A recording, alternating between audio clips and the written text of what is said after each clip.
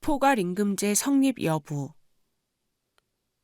포괄임금제에 관한 약정이 성립하였는지는 근로시간, 근로 형태와 업무의 성질, 임금 산정의 단위, 단체 협약과 취업규칙의 내용, 동종 사업장의 실태 등 여러 사정을 전체적 종합적으로 고려하여 구체적으로 판단하여야 한다.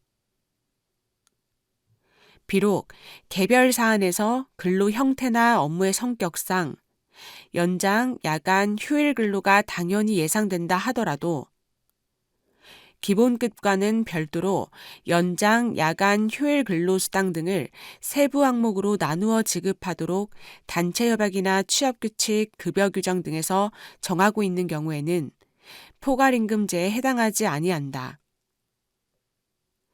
그리고 단체협약 등에 일정 근로시간을 초과한 연장 근로시간에 대한 합의가 있다거나 기본급의 수당을 포함한 금액을 기준으로 임금 인상률을 정하였다는 사정 등을 들어 바로 위와 같은 포괄임금제에 관한 합의가 있다고 섣불리 단정할 수는 없다.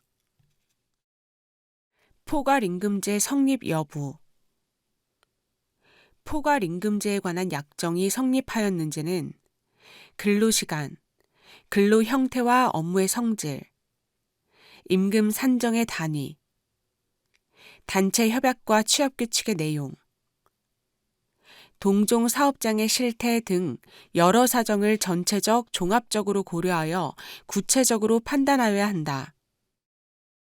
단체 협약이나 취업규칙 및 근로계약서에 포괄임금이라는 취지를 명시하지 않았음에도 묵시적 합의에 의한 포괄임금 약정이 성립하였다고 인정하기 위해서는 근로 형태의 특수성으로 인하여 실제 근로시간을 정확하게 산정하는 것이 곤란하거나 일정한 연장, 야간, 휴일 근로가 예상되는 경우 등 실질적인 필요성이 인정될 뿐만 아니라 근로시간, 정하여진 임금의 형태나 수준 등 제반 사정에 비추어 사용자와 근로자 사이에 그 정액의 월 급여액이나 일당 임금 외에 추가로 어떠한 수당도 지급하지 않기로 하거나 특정한 수당을 지급하지 않기로 하는 합의가 있었다고 객관적으로 인정되는 경우이어야 한다.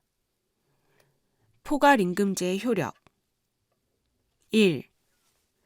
근로기준법 제17조 및 제56조, 통상임금에 관한 시행령 제6조의 규정 등에 의하면 사용자는 근로계약을 체결함에 있어서 기본임금을 결정하고 이를 기초로 하여 근로자가 실제로 근무한 근로시간에 따라 시간의 근로, 야간 근로, 휴일 근로 등이 있으면 그에 상응하는 시간의 근로수당, 야간 근로수당, 휴일 근로수당 등의 법정 수당을 산정하여 지급함이 원칙이라 할 것이다. 2. 이러한 원칙적인 임금 지급 방법은 근로시간 수의 산정을 전제로 한 것인데 예외적으로 감시 단속적 근로 등과 같이 근로시간, 근로 형태와 업무의 성질을 고려할 때 근로시간의 산정이 어려운 것으로 인정되는 경우가 있을 수 있고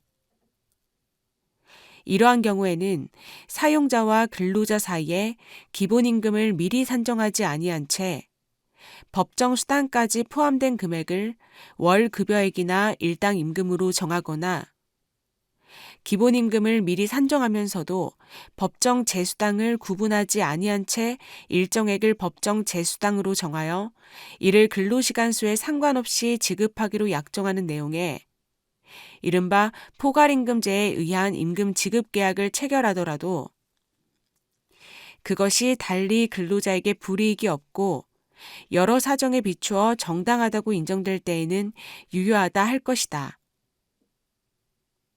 3.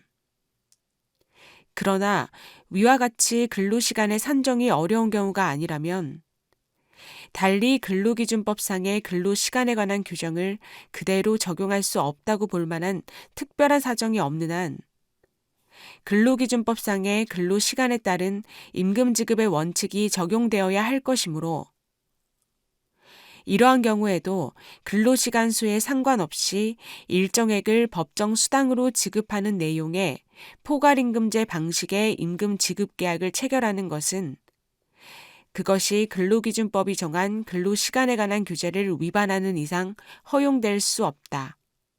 포괄임금제가 무효인 경우 효과.